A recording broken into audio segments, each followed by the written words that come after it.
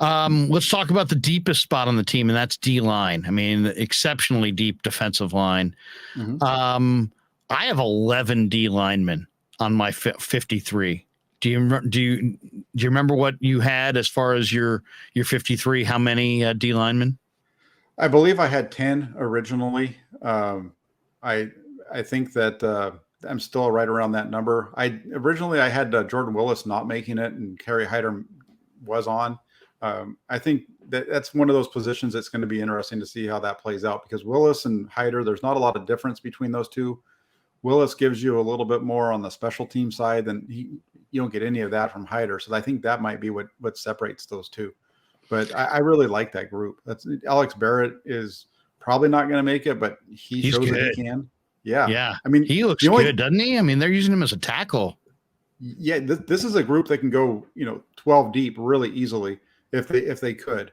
The only guys that I say probably, Kevin Atkins is really the only guy, and that's just because he's an undrafted rookie free agent. Everybody else on this team is NFL caliber. Yeah. Akeem Spence, I think I would probably, cut him off. If it came down to two between Willis, Kamoko Toure, and Barrett, who are you keeping? I would be keeping Kamoko Toure first, and then Willis, I think, would be my second.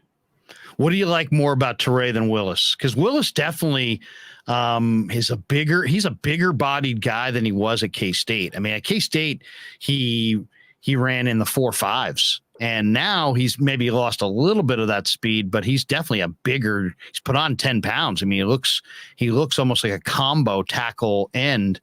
He's wearing 75. Maybe that's what makes him look bigger out there. But I think Willis looks impressive to me. He just keeps coming. And then Toure just seems like, and Bosa said it. He said, man, this guy plays bigger in the games than he does in practice. And, that's always a feather in your cap.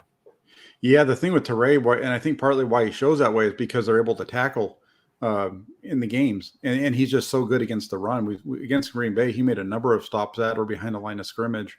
And he shows up against the run game. He's solid against the pass, and that's kind of why I have him in there where I do. I think that Charles Omenihu is another one that's interesting, because he's an outside guy, but he can play inside. There's just so much versatility with this group when you start to dig through it. Yeah. Manyhu's dropped some LBs, but man, I've been impressed by him too. He's angular. He's long.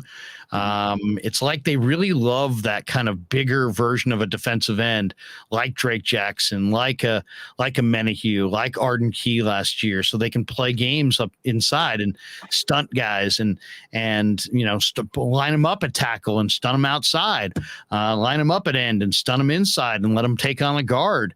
I mean, it seems like, they've abandoned the speed rusher, super light end for the guy who's closer to 265, 270, could rush inside or outside. Are you noticing that as well? Yeah, no, he definitely can go both either side, inside or out. That's one of the things. It's this, Drake Jackson, even they're doing that with him, right? They're even lining up Drake Jackson at times in training camp inside instead of just outside. So, all that versatility. Could you imagine Nick Bosa and Drake Jackson lined up together on the same side, in a pass rushing situation with Samson Ebukam and maybe, Charles Omenihu? I mean, that's just or Eric Armstead. That's just, pure speed on the field. That'd be just, I think, really tough for an offense